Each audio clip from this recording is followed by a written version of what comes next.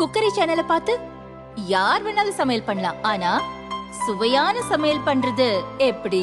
நான் இதயம் நல்லெண்ணெயில சமையல் பண்றேன். ஆஹா ஓஹோன்னு பாராட்டுறாங்க. நீங்களும் இதயம் நல்லெண்ணெயில சமையல் பண்ணுங்க, பாராட்ட வாங்குங்க. தினம் தோறும் வாங்குவே இதயம் இதயம்.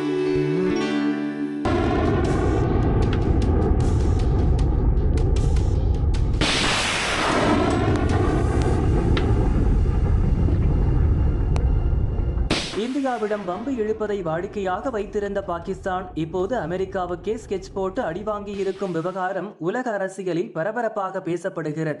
இந்தியாவை தாக்க ஏவுகணை தயாரித்து வந்த பாகிஸ்தான் திடீரென அமெரிக்காவையே குறிவைக்கும் ஏவுகணை தயாரிக்கும் வேலையில் இறங்கியது. இதை மோப்பம் பிடித்த அமெரிக்கா பாகிஸ்தானின் ஏவுகணை தயாரிப்பு திட்டத்தை தவிடுபொடியாக்கி பாகிஸ்தானை கதறவிட்டுள்ளது.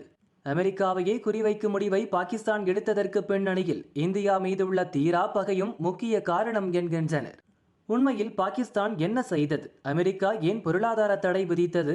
அமெரிக்கா பாகிஸ்தான் பஞ்சாயத்தில் இந்தியாவின் பெயர் அடிபடுவது ஏன் என்பதை பார்க்கலாம். பொதுவாக இராணுவ பலத்தில் பாகிஸ்தானை விட பல மடங்கு முன்னேறிய நிலையில் இந்தியா உள்ளது. சீனா பாகிஸ்தான் அச்சுறுத்தலை எதிர்கொள்ள ஏவுகணை தயாரிப்பில் கலக்கி வருகிறது. வல்லரசு நாடுகளுடன் போட்டி போடும் அளவு ஏவுகணை தொழில்நுட்பத்தில் அசாத்திய இடத்தை இந்தியா பிடித்துள்ளது.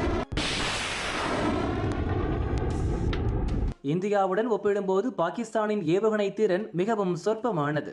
இருப்பினும் பாகிஸ்தானும் தொடர்ந்து அணு ஆயுத சோதனை, ஏவுகணை சோதனை நடத்தி வருகிறது. இப்போதைக்கு பாகிஸ்தானிடம் உள்ள சக்தி வாய்ந்த ஏவுகணை என்றால் அது ஷாஹின் 3 தான். இதை வைத்து அதிகபட்சமாக 2750 கிலோமீட்டர் தூரம் வரை தாக்க முடியும்.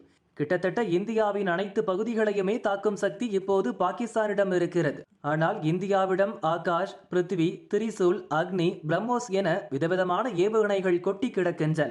இவற்றை தரைப்பகுதி, கடல் பகுதி, வான்வெளியிலிருந்து ஏவி எத்தகைய இலக்குகளையும் தாக்கி அழிக்க முடியும். சமீபத்தில் நீருக்கடியில் இருந்து கூட ஏவுகணையை ஏவி இந்தியா வெற்றி பெற்றது.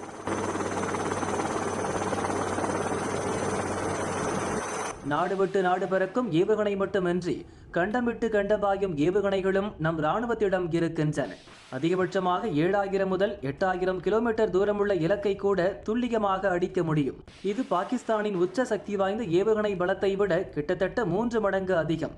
இந்தியா வசமுள்ள பெரும்பாலான ஏவுகணைகளில் அணு ஆயுதங்களை சுமந்து செல்லும் திறன் உண்டு. இந்தியாவின் ஏவுகணை தொழில்நுட்ப வளர்ச்சியை பாகிஸ்தானால் பொறுத்து கொள்ள முடியவில்லை. இதை முறியடிக்கும் வகையில் கண்டம் விட்டு கண்டம் பாயும் சக்தி வாய்ந்த ஏவுகணை தயாரிக்கும் திட்டத்தை பாகிஸ்தான் துவங்கியது.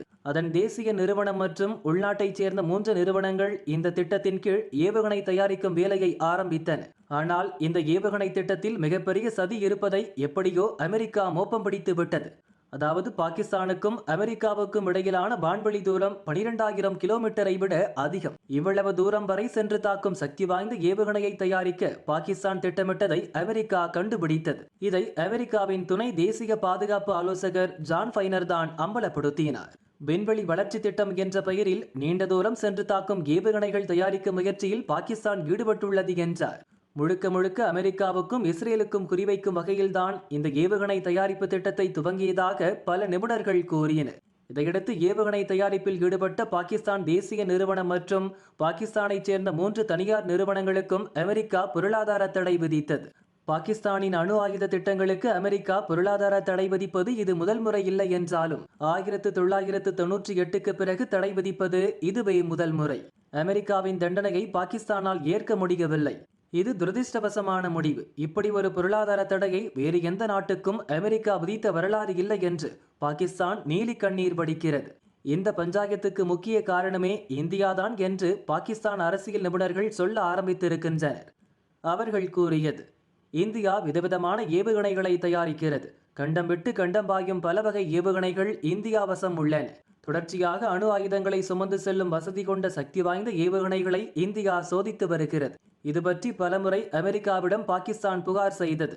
சமீபத்தில் கூட இந்த பிரச்சனையை அமெரிக்காவிடம் பாகிஸ்தான் எழுப்பியது. இந்தியாவுக்கு எதிரான எந்த புகாரையும் அமெரிக்கா காது கொடுத்து கேட்கவில்லை. அனைத்தையும் நிராகரித்து விட்டது.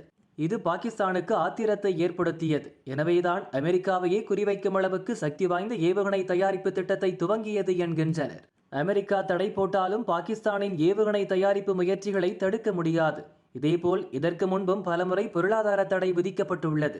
ஆனால் எதுவும் பாகிஸ்தான் முயற்சியை தடுக்கவில்லை என்று அந்நாட்டின் முன்னாள் ராணுவ அதிகாரிகள் கூறினர்.